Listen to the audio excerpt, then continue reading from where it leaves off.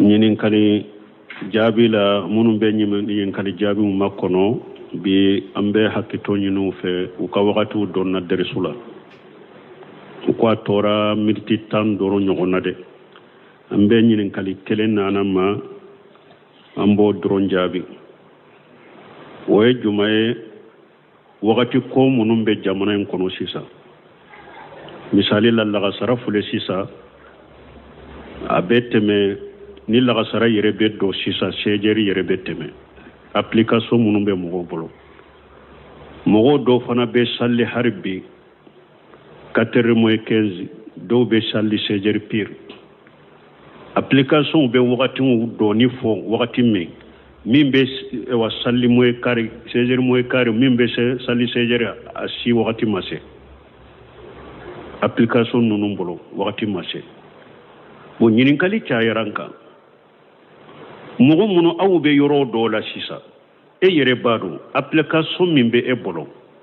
abe misiri min abe jama min o be salli wakati min wakati take kado e kanka mun ke sisa i kanka salli misiri mogo fede wa ube e kanka salli toyde e yere bolo wakati e minye dankana bi bolo ni wakati mado ni wakati kado ibe salli ni masayla ñinin kara doni ke bawo ma mais jiya doni ke bawo ye masayla min ñinin kila wakati min ni sosoli bala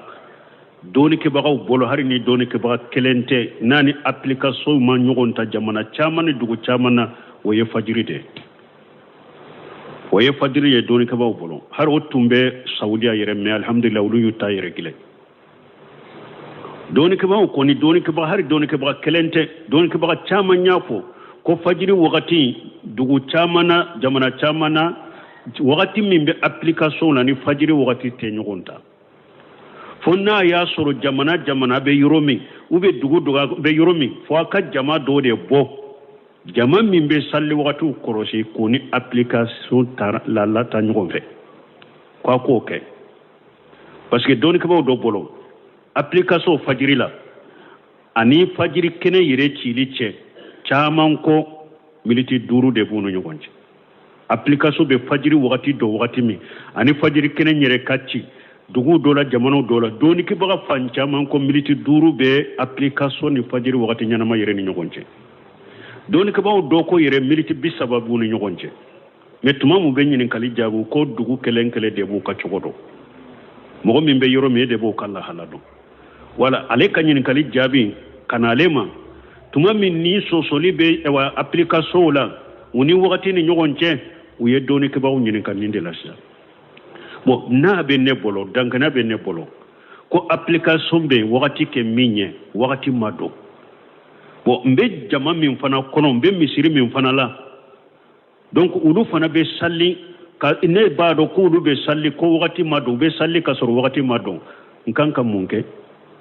bo doni ke bawo ko sisa ambi no lu kanyini kali jamu ka wakati be do akono ni mogo sisa ni e yere ya do be jamala e be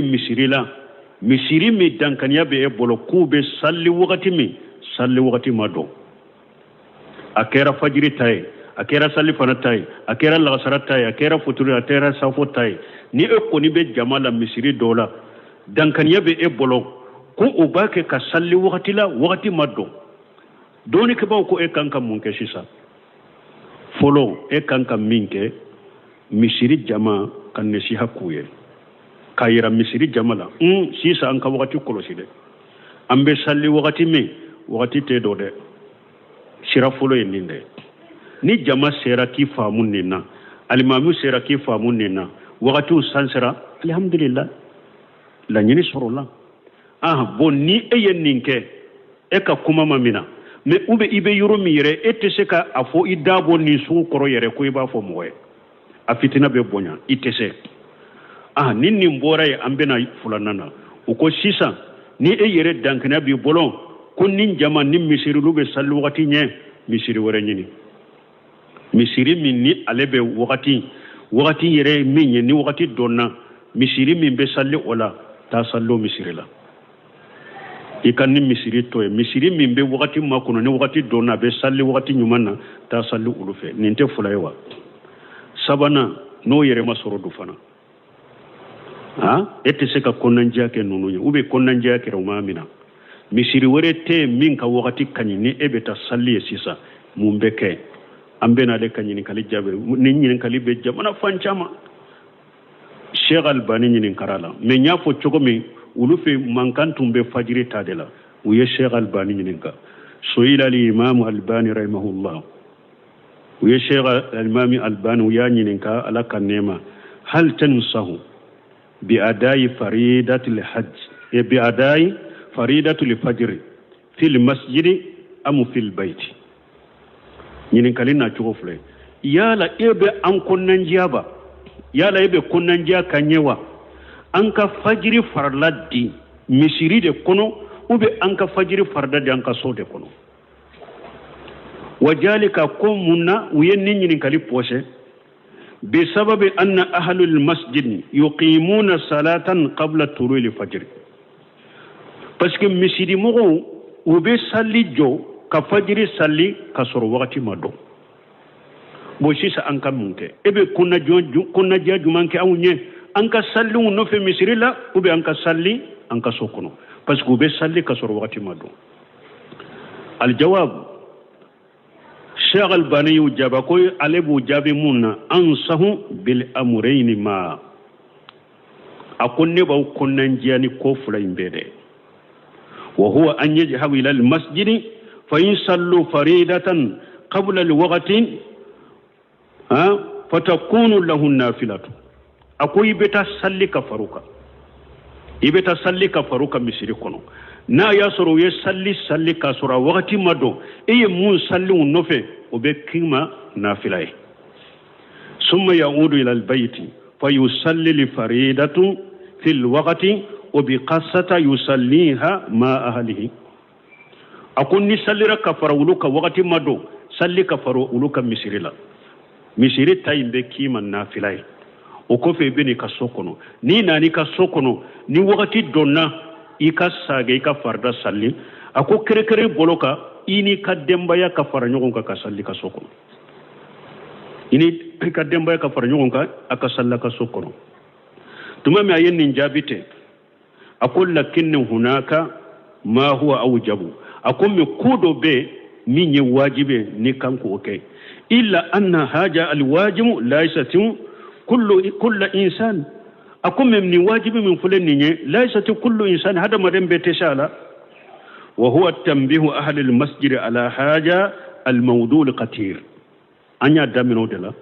أقول يجمعي ka misiri mogo hakili jigi nin ko la ko minya danger ka salli wakati nyi